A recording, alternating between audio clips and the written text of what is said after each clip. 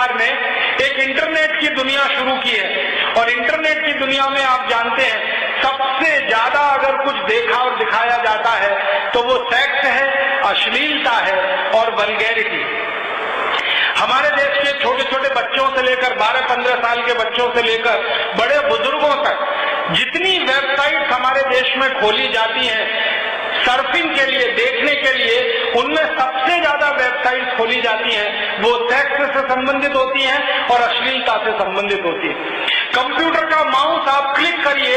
आपकी स्क्रीन पर सैकड़ों सेक्स की वेबसाइट खुल जाती है और उसमें हमारे छोटे छोटे बच्चे, नौजवान पूरी तरह से डूब रहे हैं उस गर्त में और दलदल में धंसते चले जा रहे हैं। हमारे हिंदुस्तान के कॉलेजों में पढ़ने वाले लड़के लड़कियां जिनकी उम्र 15-20 साल से लेकर 20-25 साल के बीच में है, ये सेक्स की दुनिया में, अश्लीलता की दुनिया में इतने ज्यादा डूबने लगे हैं कि वही उनको अभीष्ट लगने लगा है। और थोड़े दिनों से हमारे देश में जो बहस चली है समलैंगिकता की, कि समलैंगिकता होनी चाहिए नहीं होनी चाहिए, तो समलैंगिकता के समर्थन में वो सब नौजवान उतर पड़े हैं जो सेक्स और अश्लीलता की दुनिया में पिछले 10-15 वर्षों से डूबे हुए।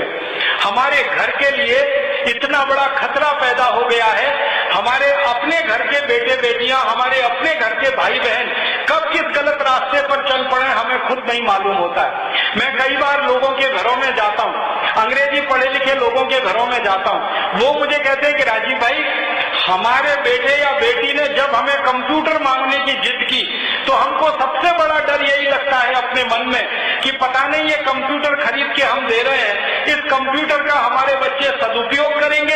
या दुरुपयोग करेंगे। क्योंकि कंप्यूटर आते ही इंटरनेट कनेक्शन आता है और इंटरनेट कनेक्शन आते ही अश्लीलता पूरे अपने निर्वस्त्र रूप में हिंदुस्तान के नौजवानों के सामने पसर गई होती है। इस अश्लीलता की भरी हुई पत्रिकाएं, इस अश्लीलता से भरी हुई फिल्में अंधाधुंध भारत में विदेशों से लाई जा रही हैं, आयात की जा रही हैं और इस देश के सिनेमाओं में दिखाई जा रही हैं। बहुत शर्म और अफसोस से मुझे कहना पड़ता है कि सभी शहरों के सिनेमा घर में सवेरे का एक शो चलता है 9-10 बजे के आसपास से लेकर 12 बजे तक, वो ऐसी ही अश्लील फिल्मों का शो होता है जो विदेशों से चोरी छुपे लाई जाती हैं और हिंदुस्तान के नौजवानों को दिखाई जाती है। और हमारे देश के नौजवान अपना स्कूल छोड़कर, कॉलेज छोड़कर, अपनी कक्षाएं छोड़कर, अपनी पढ़ाई छोड़कर सबसे ज्यादा फिल्में देखने पहुंचते हैं तो ये सवेरे के शो में ही पहुंचते हैं जो 10 से 12 के बीच में होता है, जिसमें अश्लील फिल्में दिखाई जाती है। आप सोचिए,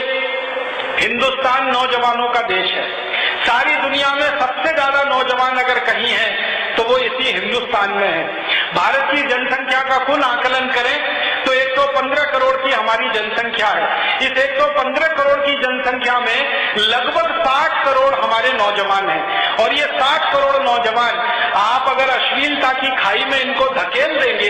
इन नौजवानों को अगर अश्लीलता में आप डुबो देंगे, इन नौजवानों को सेक्स की वल्गैरिटी में आप जाने देंगे, तब तो हिंदुस्तान का भविष्य पूरी तरह से चौपट होने वाला है। इसलिए इस अश्लीलता के खिलाफ भी हमको एक बड़ा अभियान और बड़ा संघर्ष चलाना पड़ेगा।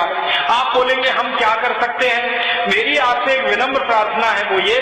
कि आपके घर में आपका बेटा या बेटी नौजवान है, आपका छोटा भाई या बहन नौजवान है और वो कंप्यूटर की दुनिया में रहता है और इंटरनेट का इस्तेमाल करता है, तो आप हमेशा अपनी आंखों के सामने उसको इस्तेमाल करने के लिए समय दीजिए, उसको अपनी आंखों से ओझल मत होने दीजिए, क्योंकि आपका नैतिक दबाव हटते ही पता नहीं माउस पर वो क्या क्लिक करेगा और कौन सी दुनिया में जाकर वो डूब जाएगा। अपनी आंखों के सामने उनको कंप्यूटर का इस्तेमाल करने दीजिए, इंटरनेट का इस्तेमाल करने दीजिए और इंटरनेट और कंप्यूटर का इस्तेमाल करने दीजिए तो ज्ञान के लिए, ज्ञान की बातों के लिए, ज्ञान के वर्धन के लिए इस्तेमाल करने दीजिए, ना कि समय को बिताने के लिए उसको इस्तेमाल करने दीजिए। ये एक काम करिए। और दूसरा काम, जो नौजवान इस दुनिया में अश्लीलता में, वल्गैरिटी में डूब गए हैं, इन नौजवानों को बाहर निकालने के लिए भी हम सबको कमर कस के अभियान चलाना पड़ेगा और हम सबको कमर